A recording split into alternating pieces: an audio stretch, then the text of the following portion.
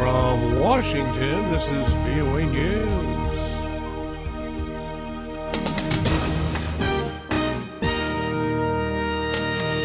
Ukraine launches new attacks on pro-Russian separatists. Massive car bombing in northeastern Nigeria. I'm Ray Kouguell reporting from Washington.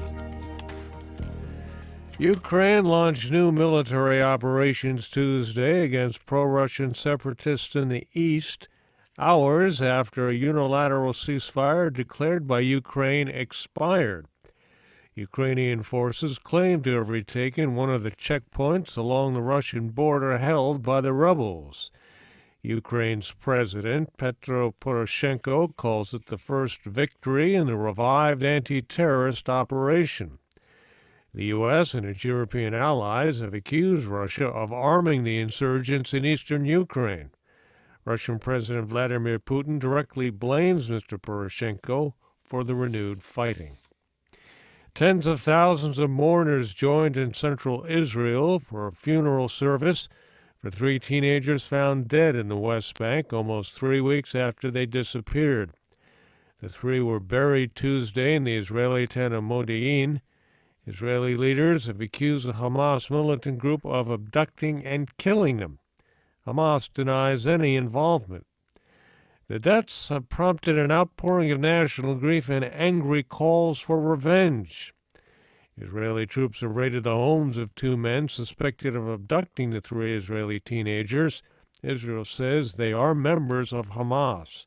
Robert Berger reports. The abduction and murders are putting pressure on Western-backed Palestinian President Mahmoud Abbas, a month after he angered Israel by forming a unity government with Hamas. Israeli spokesman Mark Regev.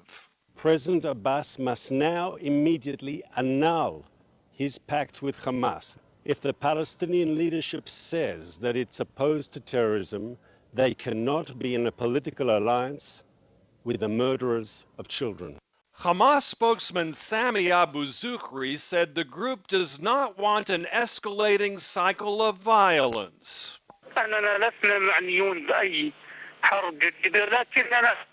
But he said if Israel launches a war on Gaza, Hamas is prepared to defend the Palestinian people. Robert Berger for VOA News, Jerusalem. The self-appointed leader of the newly proclaimed Islamic State in Iraq and Syria is demanding that all Muslims emigrate there and take up arms.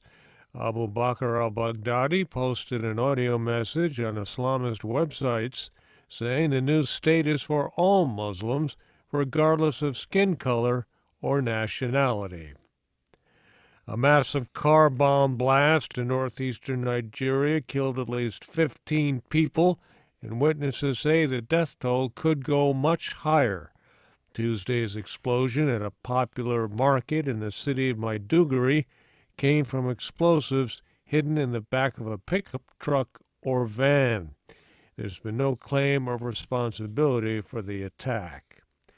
The number of deaths from West Africa's Ebola outbreak continues to rise. The World Health Organization says 467 people have now died from Ebola. The WHO confirms or suspects 759 cases in Guinea, Sierra Leone, and Liberia, where President Ellen Johnson Sirleaf has declared a public emergency. Health ministers from 11 African countries hold a two-day meeting in Ghana Wednesday on controlling the outbreak. Europe's highest court rejected claims that France's ban of face-covering veils is discriminatory and violates religious freedom. Lisa Bryant has more from Paris on Tuesday's ruling by the European Court of Human Rights. In its ruling, the European Court of Human Rights rejected a petition by a young Muslim woman that France's 2010 veil ban violated her rights and amounted to discrimination. The Strasbourg-based court found the legislation did not violate the European Convention on Human Rights. The French law bans most face-covering garments, including the Islamic face veil or niqab and Afghan-style burqa. French authorities argue the measure is important not only for security reasons, but because the face veils violate France's secularist creed and women's rights. The ban has sparked controversy, with some Muslims arguing it unfairly singles them out. Lisa Bryant for VOA News, Paris.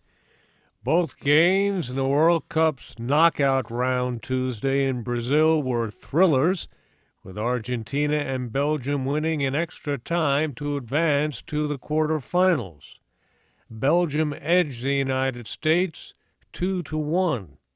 Argentina reached the quarterfinals with a 1-0 extra-time victory over Switzerland. For more coverage of the World Cup, go to voanews.com. I'm Ray Kouguell in Washington. That's the latest world news from VOA.